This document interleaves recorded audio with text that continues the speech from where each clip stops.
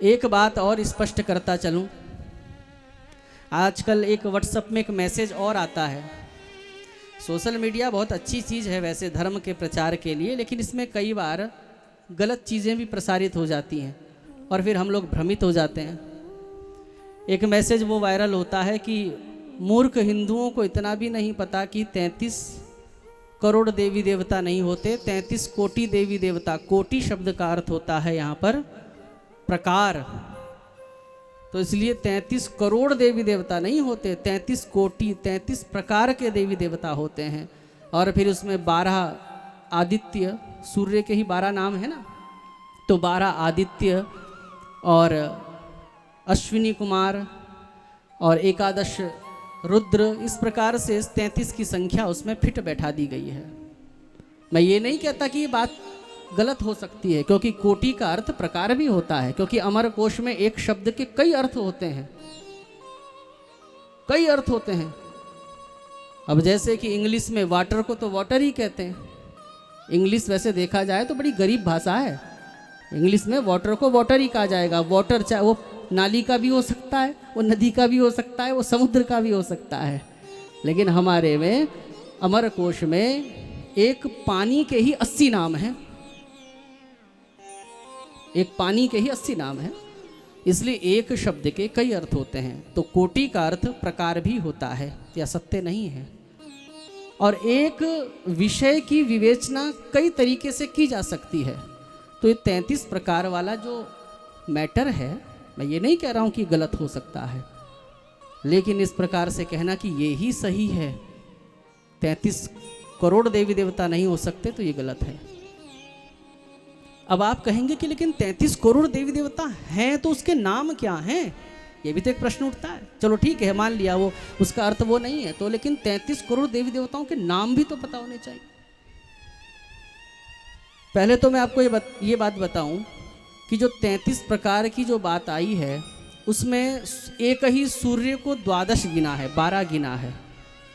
तो जब एक ही सूर्य को आप 12 गिन रहे हैं, तो फिर तो शक्ति के भी कई रूप हैं। षोडश पंडित जी ने यहाँ पर चौकी बनाई है, इसमें वही शक्ति षोडश मातृका के रूप में 16 रूपों में पूजी जा रही है। वही एक शक्ति सप्तघृत मातृका के रूप में 7 रूपों में पूजी जा रही है। और 3 महाशक्तियों के रूप में वही एक ही शक्ति श्री महाकाली, महालक्ष्मी, महासरस्वती के रूप में पूजी जा रही है।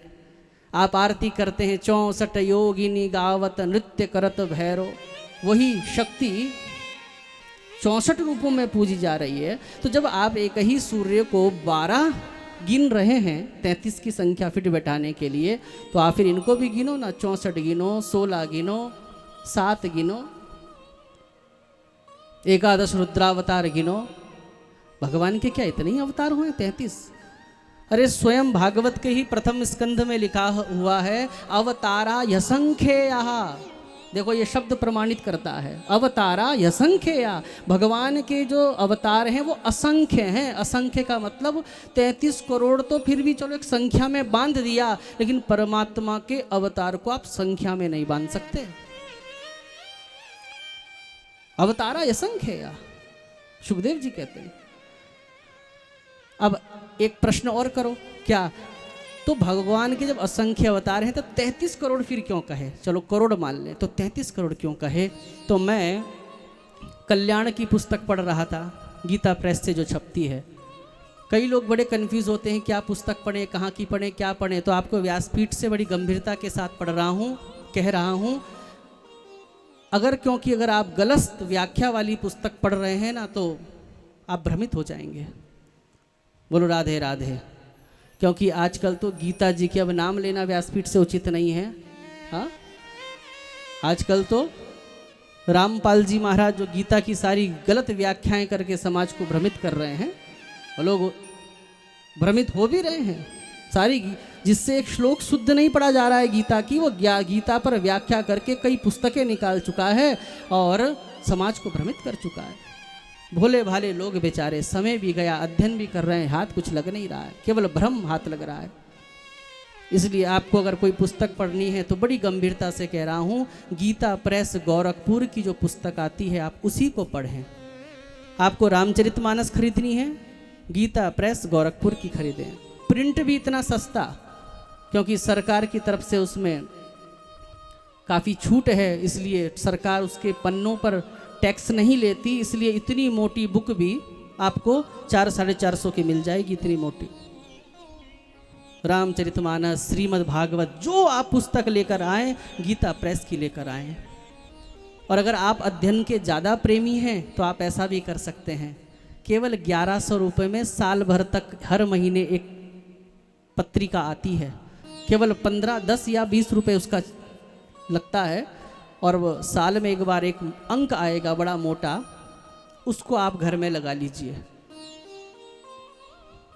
सर्च कीजिए, ऑनलाइन फॉर्म भरिए, 1100 रुपये जमा कराइए, 1 साल तक आएगा। और अगर 5000 जमा करा दिए तो 10-11 साल तक आता रहता है, घर में हर महीना डाकिया लेके आता रहेगा। उसको आप पढ़िए, वो प्रमाणिक पुस्तक है। तो उस पुस्तक में मैं पढ़ रहा था कि 33 करोड़ देवी देवताओं की कल्पना किस आधार पर करी गई, तो एक शुद्ध देसी गाय के शरीर में औसतन 33 करोड़ रोए होते हैं। एक गाय की पूरी बॉडी में 33 करोड़ रोम छिद्र होते हैं, रोम होते हैं। और गाय को ऋषियों ने माता माना है, गावो विश्वस्य मातरः। ये नहीं कहा कि गावो भारतस्य मातः, गाय भारत की माता है, ऐसा नहीं कहा। क्या कहा? गाय नेपाल की माता है, ऐसा नहीं कहा। गावो विश्वस्य मातरः, इस पूरे धरती के गोले की माँ गौ माता है। और गौ माता के शरीर में 33 करोड़ छिद्र होते हैं, तो 33 करोड़ रोए होते हैं। तो उस गौ माता के एक एक रोए में एक एक देवीय शक्ति की उपस्थिति मानी गई है। मतलब गाय का एक एक रोआ दैवीय शक्ति से ओतप्रोत है, इसलिए गाय में 33 करोड़ देवी देवताओं की कल्पना की गई है।